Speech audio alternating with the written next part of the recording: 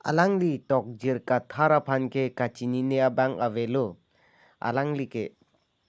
alangli phanke indiang bongke che thang pluk hangjanglo. Sita arta kave ningkan sirkep tuition ke dambom ahut.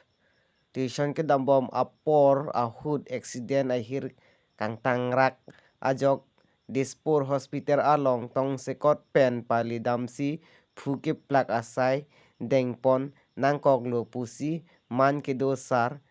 rasina hanse hin pen birta nang pachini lasi prabjen pen puthot kai ateng ason ke messenger phanili hin pen arnam along hirjume hangpi iglo lapen kadok kaveta arnam along hirjume hangpi don ighor sinang ke medap prangjia phan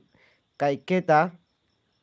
alang lilong arnam hirjume padonang lapen ili tum rat doan pen arnam hirjume hangpi don sinang rat doan pen arnam hirjume hang don lo pulotangte labangso